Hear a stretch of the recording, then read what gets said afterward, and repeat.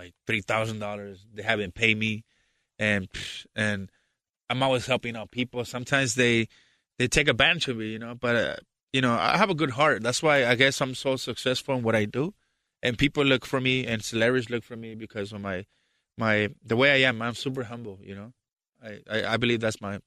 That's interesting. What's the secret to become a good barber? Honestly, I've been doing this since I was 11, 1997. I got like almost 21 years. And the secret is I always do it for the passion. Don't do it for the money.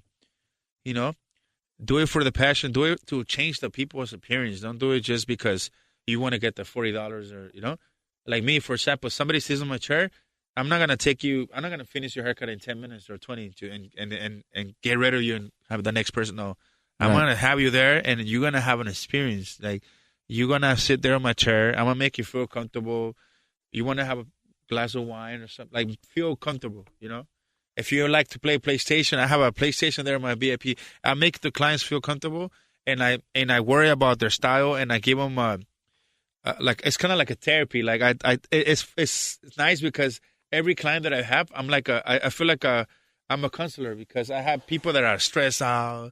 They tell me their problems. I have people that are getting married. Like you have to have a passion and heart for what you do all the time. What's money for you? What's the meaning of money? Money, the word money means hustle. I think it's hustle. You have to hustle to get the money all the time. Yeah, that's what it means. Hustle. Money means hustle for me. That's equivalent. Equivalent to hustle, I guess. But also, don't let money change you. Some people make good money and start being arrogant. Like, I always know where you came from, What you just mentioned, not about money, but the previous answer to the last question, when you are cutting beard or hair, they tend to talk to you. They tend to exteriorize their feelings, their thoughts, their concerns. Yeah, it's like I'm saying, like, you have to listen to them, correct? It's like I'm not the type of barber that just cuts your hair and doesn't talk to you the whole interview. Yeah. I every time I talk to you, like, hey, how you doing? How's it going? Right. How's the business? How's the house? But also you have to be secretive. I mean, you cannot talk to... No, I'm like the priest. They tell me everything. And confession. Confession time right there. I don't tell them nothing. Yeah, confidentiality agreement. Yes. Because imagine if you're going to be telling one celebrity what the other celebrity is talking to you, that's going to be kind of terrible for you. Everything they tell me stays in my shop. That's very important. And that's why they like me, because they feel more... Sometimes, they're having problems at home or something, and they kind of express it with me, and I'm not the type of people that be, just leave your wife. No, I'm like, hey, work things out, bro. Do it for the kids. Just problems. We all have problems, even myself have problems, but everybody has. I always try to make it happen. I always try to do the right decisions sometimes, Don't let anger control you. Right. And in order to be effective with a celebrity, how do you approach the celebrity? Everyone is different. This is something that I would tell all the new barbers. When you cut a celebrity, just make them feel comfortable, but don't ask personal questions. Like, you cannot cut their hair and be like, how many rooms do you have? How many cars do you have? How much money you make? No, you can't ask those questions, because then they're going to feel uncomfortable. Yeah. So basically, just do you. Like, just be like, hey, how you doing? How's it work? Hey, I admire you a lot. Hey, thank you. For myself, my experience, everybody that I cut their hair, I'm always a fan of them, right, when I cut their hair. So every time I cut their hair, they always ask me, is there anything I could do for you?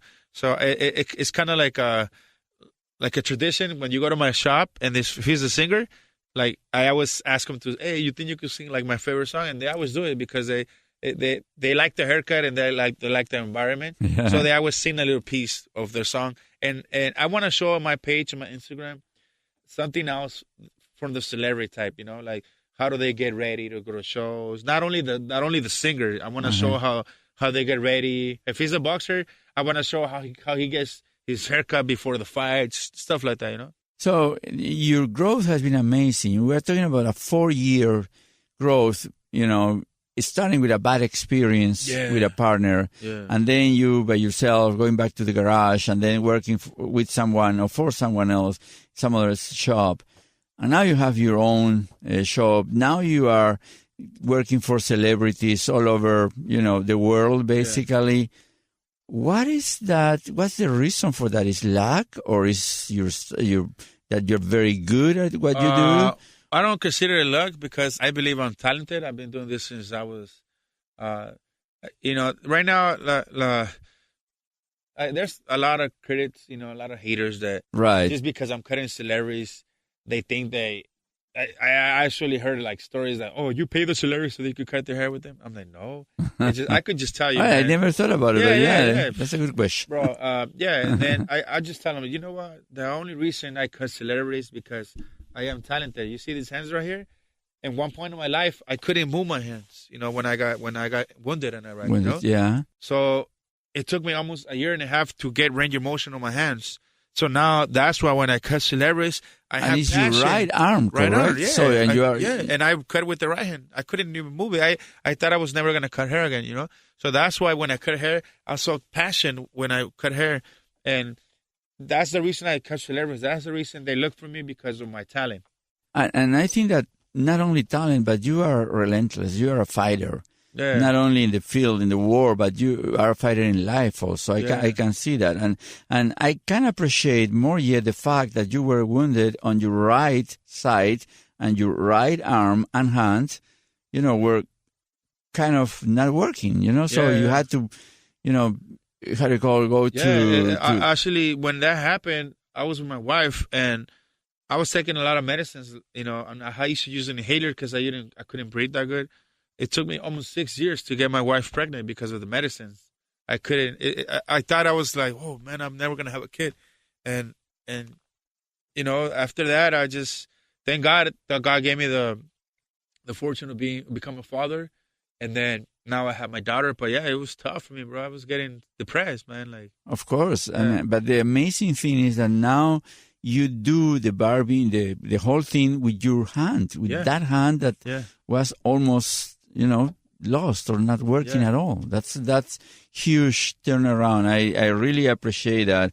Now, I wanted to ask you if you would have a huge billboard in the city, what message would you put on it, beside, of course, your business, your brand, for the people to see and be inspired?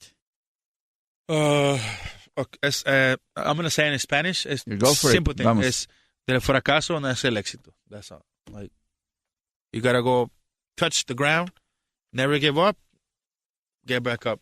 Del fracaso nace el éxito by Jonathan Deluxe. Boom. That's simple. That's awesome. Yeah.